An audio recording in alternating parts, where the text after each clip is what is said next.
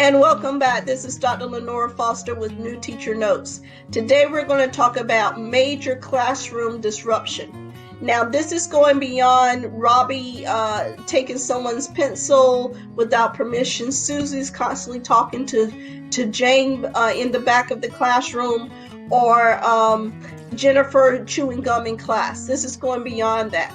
So you have a student who may be physically aggressive to you or another student.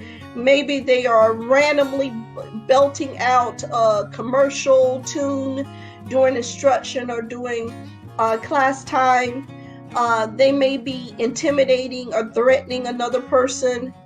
In those particular cases, it may be necessary to go ahead and immediately remove that student from your classroom, so that you can maintain a learning environment for the rest of your students.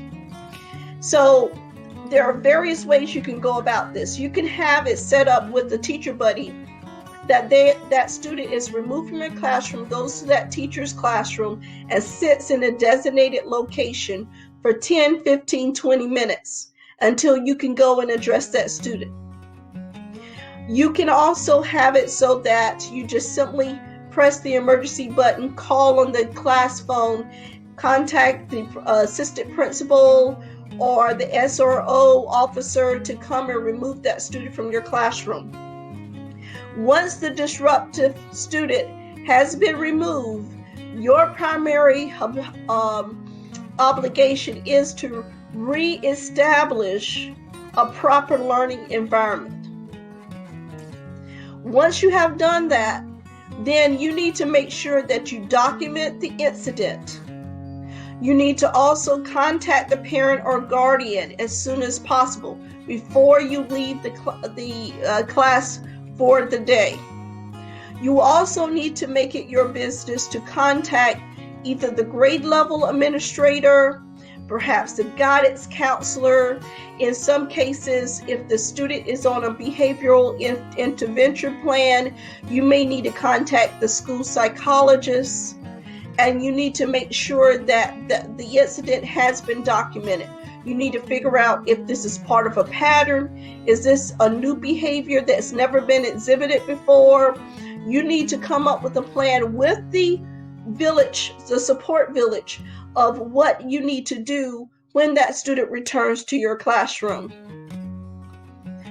Once that student returns to your classroom, whatever that plan is, you need to be very, very much on top of following the procedures. Make sure that the student is aware what will happen if they should exhibit such behavior again, and follow that action plan. You need to also exhibit or give a healthy dose of compassion. That student may be exhibiting that behavior as a way to cry for help. Maybe that student is just doesn't know what to do in your classroom. They are not reading on grade level. They don't even understand the work. So therefore, they're keeping everyone in your classroom laughing and distracted because they really don't want to have to focus in on their work or show other students that they really don't understand the work. Whatever the situation is, go ahead and communicate with your support village and come up with an action plan to assist that student to get that student back on track. What I want you to resist is that urge that many new teachers have, and it's a very common urge, is to somehow be that student's friend. That is not the role that you're playing. You're not the student's friend. You're the student's teacher. You're the student's teacher. You're not their friend.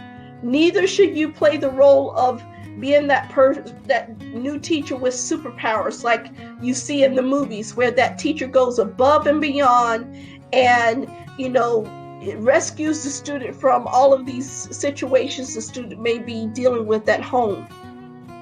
I want you to really focus on working efficiently with your support village.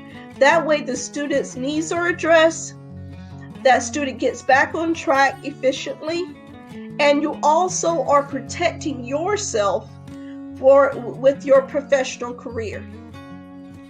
So I want you to take these things into consideration when you're dealing with a student who is exhibiting major disruptive behavior, whether it be a 1 or 2 time occurrence or is a chronic occurrence.